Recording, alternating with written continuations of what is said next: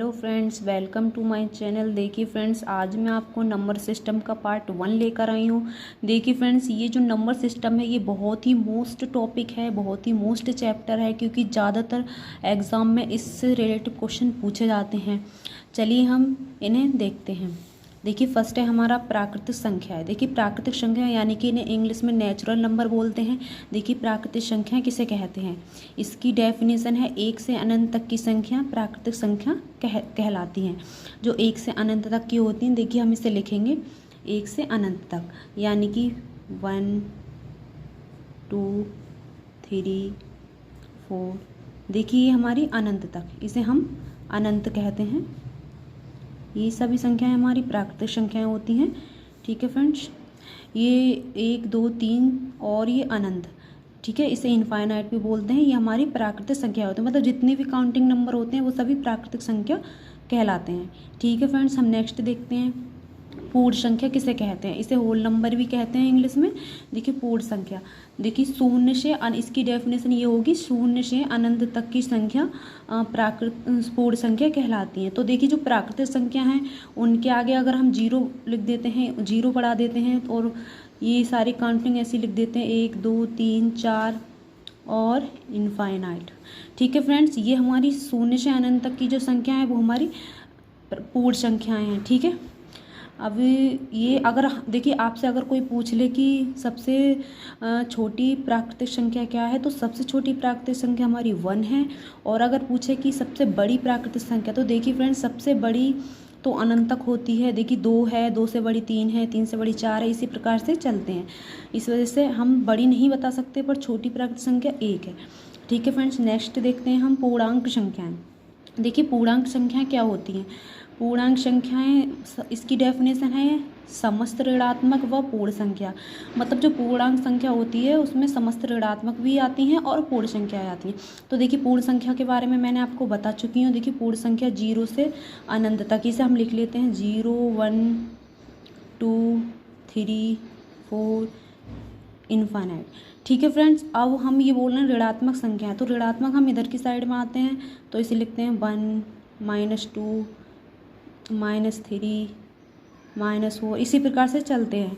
ठीक है फ्रेंड्स, तो देखिए इसमें हम समझेंगे कि देखो इसमें सबसे मेन बात यह है कि अगर आपसे कोई पूछे, देखिए इधर जो होती हैं वो बड़ी संख्या होती है, माइनस नहीं है, यहाँ पर कोमा है।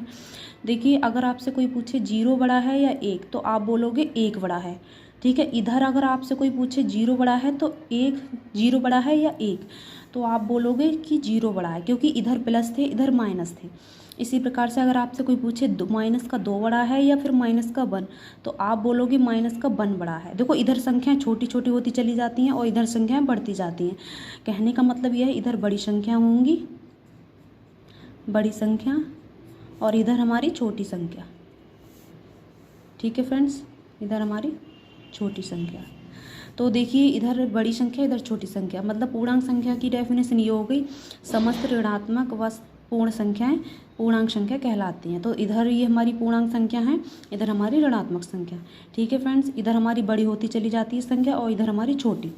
ठीक है, अब हम आते हैं परिमेय संख्या पर। देखिए परिमेय संख्या को डिफाइन करेंगे। देखिए ऐसी संख्याएं जिन्हें PYQ के रूप में लिखा जाता है, मतलब अंश व हर के रूप में लिखा जा सकता है, वो हमारी परिमेय संख्या होती हैं। इन्हें P, जहाँ पर जो P और Q जो है वो पूर्णांक है और Q नॉट इजिकल टू 0, मतलब Q जो हमारा होगा 0 नहीं हो सकता। ठीक है, अब देखिए इसमें हम एग्जाम्पल लेते हैं। देखिए पूर्णांक परिमेय संख्या के एग्जाम्पल देखिए 1 2 3 -2 -7, ये सभी हमारी पूर्णांक संख्या परिमेय संख्या होती हैं। -9 2 3/4, इस टाइप की सारी हमारी जो होंगी वो परिमेय संख्याएं होंगी, जिसमें इसे भी हम देखो PYQ के रूप में लिख सकते हैं और इसे भी। ठीक है फ्रेंड्स, ये हमारी सारी परिमेय संख्या होती है। लेकिन एक क्वेश्चन है जो कि ज़्यादातर एग्जामों में पूछा जाता है। देखिए 22/7। देखिए जो हमारा 22/7 है वो हमारा परिमेय संख्या है, लेकिन इसका ये 22/7 जो है पाई का मान है, ये पाई जो है वो हमारी अपरिमेय संख्या है। देखिए इसको बहुत ही ध्यान में रखिएगा, ये बहुत ही मोस्ट है, ये ज़्यादातर पूछा जाता है, ज़्यादातर लोग इसमें गलती भी करते हैं। देखिए पाई जो है हमारा वो है हमारा अपरिमेय, और जो इसका जो मान है वो हमारा परिमेय। ठीक है फ्रेंड्स, अब देखते हैं हम, ये आपको समझ में आ गया होगा। जिसे हम PYQ के रूप में लिख सकते हैं वो हमारी परिमेय संख्या होती है। इसकी डेफिनेशन है, ऐसी संख्याएं जिन्हें PYQ के रूप में लिखा जा सकता है वह हमारी परिमेय संख्या होती है। देखिए अपरिमेय संख्या देखते हैं, वो अपरिमेय संख्या क्या होती है। देखिए ऐसी संख्याएं जिन्हें PYQ के रूप में नहीं लिखा जा सकता वो हमारी अपरिमेय संख्या होती है। देखिए जो अपरिमेय संख्या हैं वो सारी देखो अंडर रूट में होती हैं।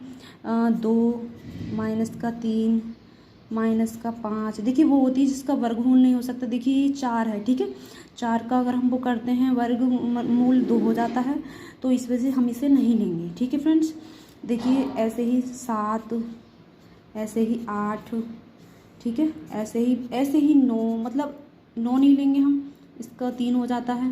इसी प्रकार से हम पाई ले लेंगे। देखिए पाई का मैंने आपको बताया था कि पाई वो है जो है वो अपरिमेय संख्या है, लेकिन पाई की जो वैल्यू होती है वो परिमेय संख्या होती है। ठीक है फ्रेंड्स, अब हम नेक्स्ट देखते हैं वास्तविक संख्याएं क्या होती हैं। देखिए वास्तविक संख्याएं जो होती हैं परिमेय व अपरिमेय संख्याओं से मिलकर वास्तविक संख्याएं बनती हैं। देखिए परिमेय संख्या कौन सी हैं और अपरिमेय कौन सी हैं ये मैं आपको बता चुकी हूँ। तो देखिए परिमेय यानी कि √2, √3, √5, ठीक है फ्रेंड्स, और √7, और देखो पाई भी होगी, देखो 4 भी होगा इसमें, क्योंकि इसमें हम जो है 4 का वर्गमूल निकाल सकते हैं तो वो हमारी परिमेय हो जाएगी। तो ये हमारी परिमेय अपरिमेय संख्या है। ठीक है फ्रेंड्स, ये हमारी हो गई वास्तविक संख्या है।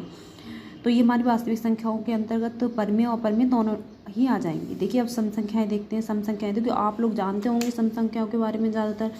देखिए इसकी परिभाषा देखते हैं, ऐसी संख्याएं जिसमें 2 का भाग पूरा पूरा जाता है। देखिए 2 का भाग जिससे जो 2 से कट जाती है वही हमारी सम संख्या होती है।